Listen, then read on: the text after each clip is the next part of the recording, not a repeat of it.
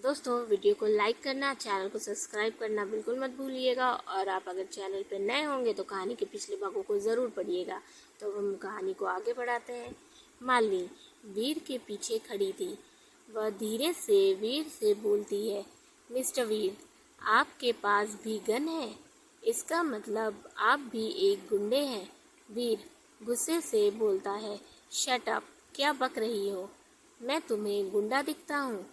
मालिनी, लेकिन आपके पास भी तो गन है। वीर, बेवकूफ़ लड़की, ये मैंने अपनी सेफ्टी के लिए रखी है। मालिनी, लेकिन आपको कौन सा खतरा है? तभी वीर उसे घूरते हुए बोलता है, तुम अपना मुंह बंद करने का क्या लोगी, बोलो। मालिनी, सच में मिस्टर वीर, आपके हाथ में गन देखकर मुझे तो लगा कि आप भी गुंडे हैं। तब वीर वापस बोलता है, शट अप, अब एक और बार मुझे गुंडा बोला ना तो इन गुंडों को तो बाद में पहले तुम्हारे ही भेजे में सारी की सारी गोलियां उतार दूंगा, समझी तुम? मालिनी यह सुनकर तुरंत चुप हो जाती है। मालिनी तुरंत चुप हो जाती है और मन में सोचती है कि कितना खड़ूस है ये इंसान। नाश्ते में करेला खाता है क्या, जो हमेशा कड़वा ही बोलता है। वीर उन गुंडों से बोलता है, सुनो तुम सब, जल्दी से अपना ये ऑटो लो और यहाँ से दफ़ा हो जाओ। अगर 1 मिनट और यहाँ रुके तो ये वीर क्या करेगा, तुम सब अच्छे से जानते हो। सब गुंडे जल्दी जल्दी ऑटो में बैठने लगते हैं। तभी मालिनी को कुछ याद आता है तो वह उस ऑटो की तरफ जाने लगती है कि तभी वीर तुरंत मालिनी का हाथ पकड़ लेता है और उससे बोलता है, तुम पागल हो क्या, जो वापस उन गुंडों के पास जा रही हो? मालिनी, अरे मैं तो सिर्फ अपना पर्स लेने जा रही थी, मेरा पर्स उस ऑटो में ही रह गया है। वीर, तुम सच में बहुत बेवकूफ़ हो, जो अपने पैर पर खुद ही कुल्हाड़ी मार रही हो, सिर्फ एक पर्स के लिए। तुम अपनी जान दांव पर लगाना चाहती हो। मालिनी, आप नहीं जानते कि उस पर्स में मेरी कितनी इम्पोर्टेंट चीज़ें हैं। मोबाइल है, मेरे पैसे हैं और सबसे ज़्यादा इम्पोर्टेंट मेरी मॉम डैड की फ़ोटो है। उसे मैं हमेशा अपने साथ अपने पास ही रखती हूँ। मेरे पास उनकी आखिरी निशानी है। प्लीज़ मिस्टर वीर, आप मेरा पर्स मुझे दिलवा दीजिए। तभी वीर, ओके ठीक है, मांगता हूँ। वीर उन गुंडों से बोलता है, ए सुनो, जाने से पहले लड़की का पर्स दो इसे। तब एक गुंडा पर्स लेकर पास आता है। वीर हाथ आगे करते हुए बोलता है, लाओ मुझे दो। तभी वह गुंडा पर्स देने के बजाय उसके हाथ पर मार देता है, जिससे गन वीर के हाथ से छूटकर गिर जाती है। यह देखकर मालिनी एकदम घबरा जाती है और वीर का हाथ कसकर पकड़ लेती है। तो वीर एकदम गुस्से से लाल हो जाता है और वह गुंडा जिसने गन उठाया था उन दोनों के पास आता है और हंसते हुए बोलता है, आया ना ऊँट पहाड़ के नीचे? क्यों बे, बहुत परेशान कर रहा था गन दिखाकर। अब हमारी बारी है, अब हम तुझको दिखाएंगे कि ये हम क्या चीज़ हैं। सब बहुत ज़ोर ज़ोर से हंसने लगते हैं। मालिनी एकदम डरी सहमी खड़ी थी। तभी एक गुंडा बोलता है, चल हाथ ऊपर कर अपने, और ज़्यादा चालाकी मत करना। तभी एक गुंडा मालिनी से बोलता है, तूने भी हमें कम परेशान नहीं किया है, वैसे तू है बड़ी कमाल। बोलकर वह मालिनी के पास जाने लगता है। वीर तुरंत मालिनी को अपने पीछे करते हुए बोलता है, दूर रहे इससे, वरना वो हाल करूँगा कि तू सोच भी नहीं सकता। मालिनी बहुत ज़्यादा डर जाती है, इसीलिए वह वीर को कसकर पकड़ ले। दूसरा गुंडा, अगर दूर नहीं हुआ तो क्या करेगा, बोल। तभी तीसरा गुंडा, अरे ये कुछ नहीं कर सकता, क्योंकि अब गन हमारे पास है, जो करेंगे अब हम करेंगे। जा और उस लड़की को लेकर आ, देखते हैं कि कैसे रोकता है ये हमें। तभी उसमें से एक गुंडा मालिनी को लेने जाता है। वह मुस्कुराते हुए बोलता है, अब देखता हूँ कि हमसे कैसे बचती है। एक गुंडा वीर के सर पर गन रखते हुए बोलता है। तभी दूसरा गुंडा मालिनी के पास जाता है और उसे छूने के लिए जैसे ही अपना हाथ आगे बढ़ाता है, वैसे ही वीर उसके मुंह पर एक जोरदार मुक्का मारता है, जिससे वह गुंडा जमीन पर गिर जाता है। और उसी वक्त वीर उस गुंडे को भी एक लात मारता है, जो उसके सर पर गन रखे हुए था, जिससे गन उसके हाथ से छूटकर गिर जाती है। मालिनी तुरंत गन को उठा लेती है। वीर बारी बारी उन सबको धो रहा था, सबसे ज़्यादा उस गुंडे को, जिसने मालिनी को छूने की कोशिश की थी। मालिनी वीर को गन देने की कोशिश करती है, पर वीर उन सबको मारने में इतना बिजी था कि उसका मालिनी पर ध्यान ही नहीं जाता। मालिनी तो यह देखकर हैरान थी कि एक अकेला इंसान इतने लोगों को अकेले ही मार रहा है। वीर उन सबको इतना मारता है कि उसकी हालत खराब हो जाती है। फिर वीर पुलिस को कॉल करता है। थोड़ी देर में ही पुलिस आती है और उन्हें अरेस्ट करके ले जाती है। इस मार पिटाई में वीर को थोड़ी चोट लग जाती है। मालिनी तुरंत उसके पास जाते हुए बोलती है, मिस्टर वीर, आपको तो बहुत चोट आई है। वीर गुस्से से बोलता है, हाँ, यह सब तुम्हारी ही तो मेहरबानी है। अगर तुम अपने पर्स की जिद ना करती तो यह सब नहीं होता। मालिनी कुछ नहीं बोलती। वीर आगे चला जाता है और मालिनी वहीं खड़े होकर सोच में गुम हो जाती है। तभी वीर फिर चिल्लाता है, अब क्या सारा दिन यहीं खड़े रहोगी? घर नहीं चलना है? तब मालिनी होश में आते हुए बोलती है, हाँ चलना है, और उसके पीछे जाती है। वीर अपनी कार में आकर बैठ जाता है, तो मालिनी भी उसके साथ कार में बैठ जाती है। तब वीर गाड़ी स्टार्ट करता है। मालिनी वीर से बोलती है, मिस्टर वीर। वीर गुस्से से बोलता है, क्या है? वो मुझे आपको थैंक यू कहना था। आपने मेरी जान बचाई इसलिए। वीर कुछ नहीं बोलता, बस कार ड्राइव करता है। तब मालिनी अपने पर्स से उसकी गन निकाल कर देते हुए बोलती है, यह आपकी गन गुंडे के हाथ से गिर गई थी तब जब आपने उसे मारा था। वीर उसे गुस्से से देखते हुए बोलता है, यह तुम्हारे पास थी और तुमने मुझे उस समय नहीं दिया। अगर तुम उस वक्त दे देती तो मुझे इतना लड़ना नहीं पड़ता। मालिनी, पर मैंने तो आपको देने की कोशिश की थी, पर आपने ध्यान ही नहीं दिया। वीर चुप करो, लाओ मेरी गन मुझे वापस दो। वह मालिनी से गन ले लेता है और यह बताओ कि तुम्हारा घर किधर है?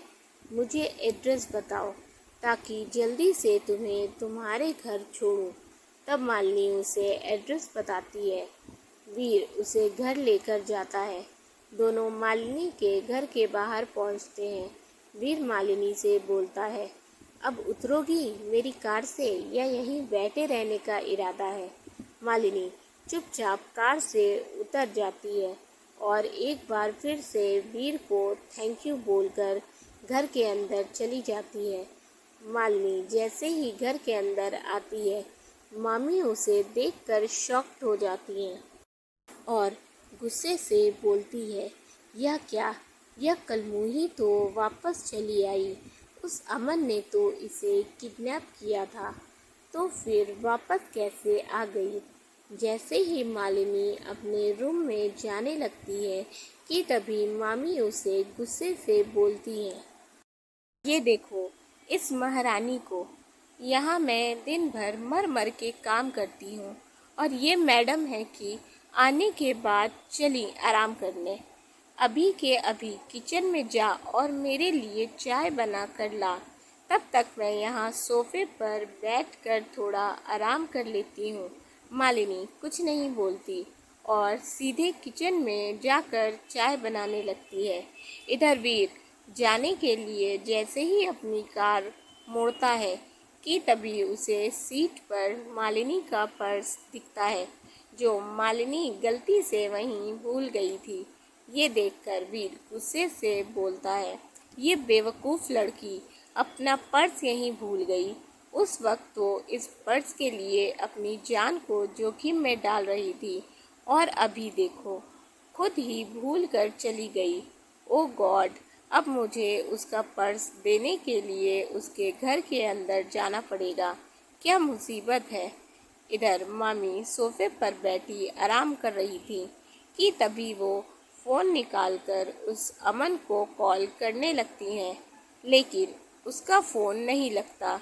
इधर वीर मालिनी का पर्स लेकर मालिनी के घर के बाहर आता है, पर दरवाजे पर खड़ा होकर डोर बेल बजाने लगता है।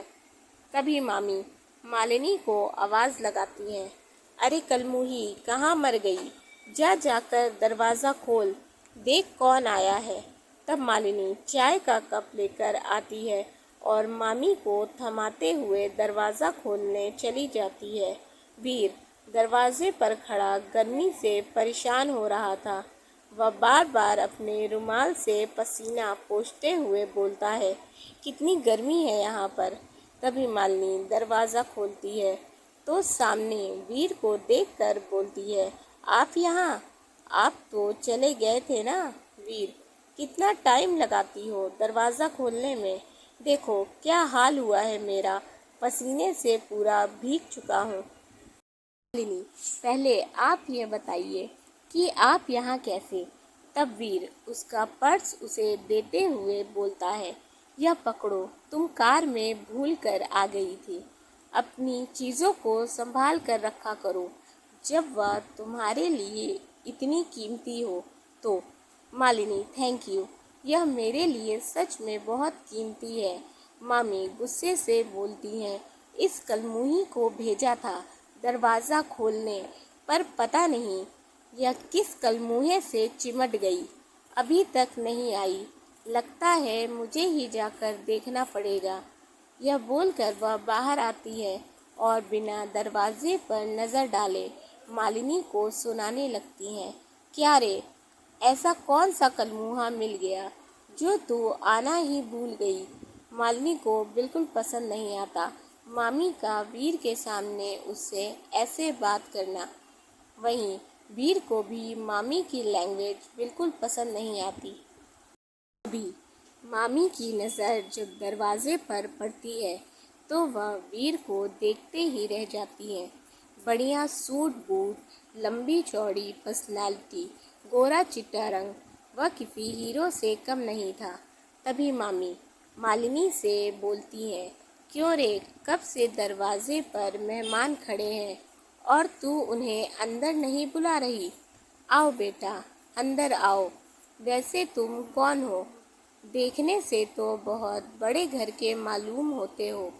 तभी मालिनी मामी से वीर को इंट्रोड्यूस कराती है और बोलती है, मामी ये मिस्टर वीर हैं, इन्होंने मेरी जान बचाई थी और मुझे हॉस्पिटल लेकर गए थे। आज भी कुछ गुंडों से इन्होंने मुझे बचाया। तो मामी, तुम ही वीर हो। आओ बेटा, तुम बाहर क्यों खड़े हो, अंदर आ जाओ। वीर, नहीं, मैं अंदर नहीं आ सकता, मुझे कहीं जाना है और वैसे भी यहाँ बहुत गर्मी है। मामी मन में सोचती है, लगता है बहुत रईस घर का है, हमेशा एसी में ही रहता होगा, तभी तो इतनी गर्मी में बेचारा रह नहीं पा रहा। मामी गुस्से से मालिनी से बोलती है, तू यहाँ क्यों खड़ी है, जा जाकर कोल्ड ड्रिंक लेकर आ और साथ में रसगुल्ला भी ले आना, जो आज सुबह ही मैं लेकर आई थी, जा जल्दी। मालिनी फिर किचन में चली जाती है। वीर, आप यह सब क्यों मंगा रही हैं। एनीवे, मैं जा रहा हूँ। मामी, अरे बेटा रुको, जब यहाँ तक आ ही गए हो तो अंदर भी आ जाओ। वीर मन में सोचता है, क्या चिपकू आंटी है या पीछे ही पड़ गई है। मुझे यहाँ आना ही नहीं चाहिए था। मामी, आओ ना बेटा। वीर तब वीर को अंदर आना ही पड़ता है। मामी उसे सोफे पर बिठाते हुए बोलती है, तुम आराम से बैठो। यह लड़की अभी तक नाश्ता लेकर क्यों नहीं आई। मामी फिर से मालिनी को आवाज़ लगाती है, कहाँ मर गई मालिनी, जल्दी आ नाश्ता लेकर। वीर बोलता है, नाश्ते की ज़रूरत नहीं है, मैं अपने डाइट के हिसाब से ही चीज़ें लेता हूँ। मामी, ठीक है बेटा, नाश्ता ना सही कोल्ड ड्रिंक ही पी लेना। वैसे तुम्हारा नाम क्या है। वीर, मेरा नाम तो आप जानती हैं ना, फिर क्यों पूछ रही हैं। मामी, अरे बेटा, मुझे मालूम है कि तुम्हारा नाम वीर है, पर पूरा नाम क्या है, बस यह जानना था। वीर, आप मेरा पूरा नाम जानकर क्या करेंगी। वीर, नाम ही आपके लिए काफ़ी है। मामी मन में सोचती है, बड़ा ही खड़ूस टाइप का इंसान लगता है, लेकिन अमीर भी बहुत लगता है। वह फिर से वीर से सवाल करती हैं, वैसे बेटा, देखने से तो तुम बहुत अमीर घर के लगते हो। आखिर तुम करते क्या हो, मतलब तुम्हारा काम क्या है। वीर, मैं एक बिजनेसमैन हूँ। मामी का मुंह खुला रह जाता है। अच्छा, तो तुम बिजनेसमैन हो। वैसे तुम्हारी फैमिली में कौन कौन है, मतलब मम्मी पापा भी होंगे। वीर, आपको उनके बारे में क्यों जानना है। मामी, नहीं, मैं तो ऐसे ही पूछ रही थी। अच्छा, एक सवाल और, तुम रहते कहाँ हो। तभी वीर अपनी जगह से खड़े होते हुए बोलता है, देखिए, मैं अपने पर्सनल डिटेल्स किसी के साथ शेयर नहीं करता, तो प्लीज़ आप मुझसे कोई सवाल ना करें। तभी मामी अपने मन में बोलती है, कितना एटीट्यूड इस कलमुहे के अंदर है। इतना अमीर जो है, एटीट्यूड तो होगा ही। उसने मेरे सवालों के जवाब नहीं दिए, पर मैं भी पक्की खिलाड़ी हूँ, जान कर ही रहूँगी कि आखिर ये है कौन। वैसे इस कलमुहे को क्या ज़रूरत थी उस पनौती को वापस हमारे घर लाने की। अब वापस उस कलमुही को ठिकाने लगाना पड़ेगा। तभी वीर बोलता है, ओके, मैं अब चलता हूँ, वैसे भी मुझे बहुत लेट हो रहा है। मामी, अरे रुको वीर बेटा, नाश्ता तो करते जाओ।